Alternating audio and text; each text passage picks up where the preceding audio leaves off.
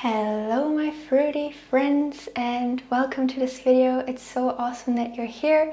In today's video I want to share a little bit about my journey and why I quit strict intermittent fasting in the morning and also when eating a high raw or raw vegan diet, but also just generally why I personally do not recommend strict intermittent fasting, like having a very strict window of when you eat.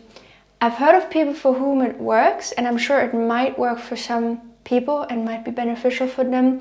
But that said, if you have a specific health goal like detoxing, feeling more energized, slimming down and releasing some excess body fat, then it's not necessary for you to intermittent fast. Especially like there's a lot of people out there who recommend to have your first meal at like 12 p.m. or 1 p.m. or something. And I've done that for a while, like very strictly. And what that has caused me to do is to have also my last meal very late, and then it didn't fully digest before I went to bed. So for me, that was not something that worked. However, I do have to say, like when I sleep in, for example, and I sleep till 9 or 10 a.m. in the morning, then usually what happens is like the first hour after waking up, no matter what time I wake up, I usually don't really feel like eating anything. So usually I start out by doing a little bit of yin yoga in the morning, or some journaling or meditation or stuff like that, you know. And then after having done some things, I have my first meal, usually some melon or a smoothie. So in a way, yes, then I have my first meal around 11-12 p.m. But I don't do it because of my strict intermittent fasting window, but I actually do it because I genuinely don't feel like eating any food right after waking up. So if you're someone who wakes up very early every day, like let's say 7 a.m., 6 a.m., and you feel like having some food at 8 a.m., then of course I think the best thing for you to do is to just have that food. And if you still really want to intermittent fast, then maybe, you know, move the dinner time forward a little bit, have your dinner at 4 p.m., something like that. Like that is really going to be powerful, because that way you give your body like 4 to 6 hours to fully digest your food before you go to sleep, and you're going to have really deep sleep. So I think that's an amazing thing to do if you really want to intermittent fast. So what are the pros and cons of intermittent fasting?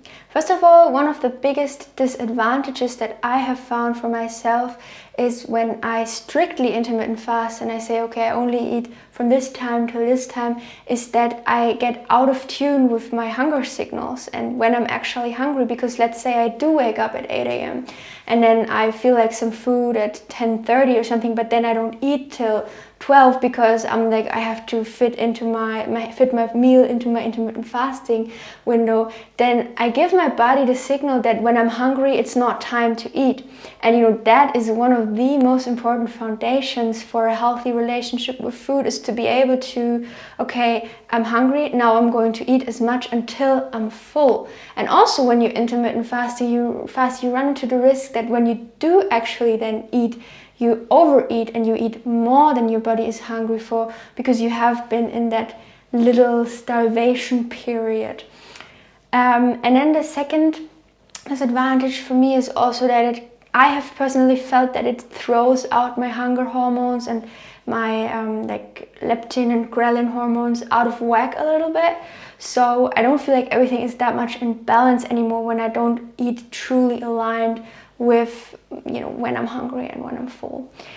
And then the third disadvantage is, especially when you are, you know, on a high raw or even fully raw vegan lifestyle, then especially if you're in the beginning, it's going to be really tough to get in all the calories from that high fiber, high water content fruit in such a short time gap.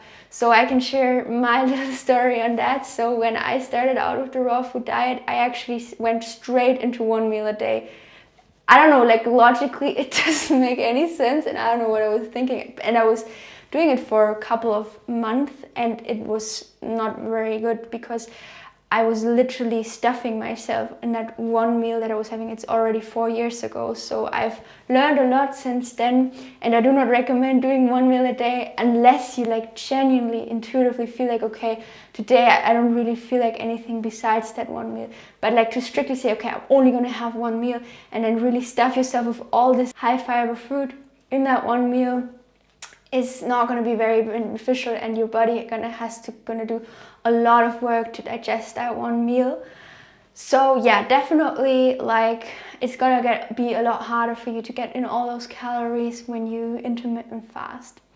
That said, there are a couple of pros to intermittent fasting. First of all, when you shorten the window that you eat in, you also lengthen the window that you don't eat in, where your body doesn't have to digest any food. So that's going to free up a lot of energy, because the digestion process in your body is one of the most energy consuming process in your body, and it requires a lot of energy from your body. So that energy can then instead be utilized for healing and detoxing and eliminating, you know, toxic waste materials out of your body when you intermittent fast.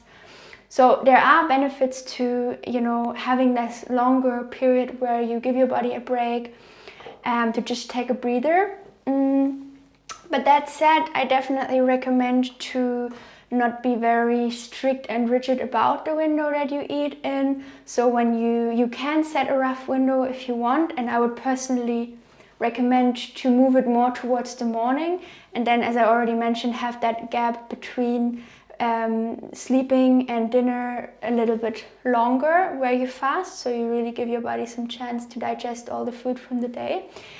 And I also recommend to still not be rigid about it and dogmatic about it, and when you do really feel like some food, to still honor that and to still honor your body's wishes.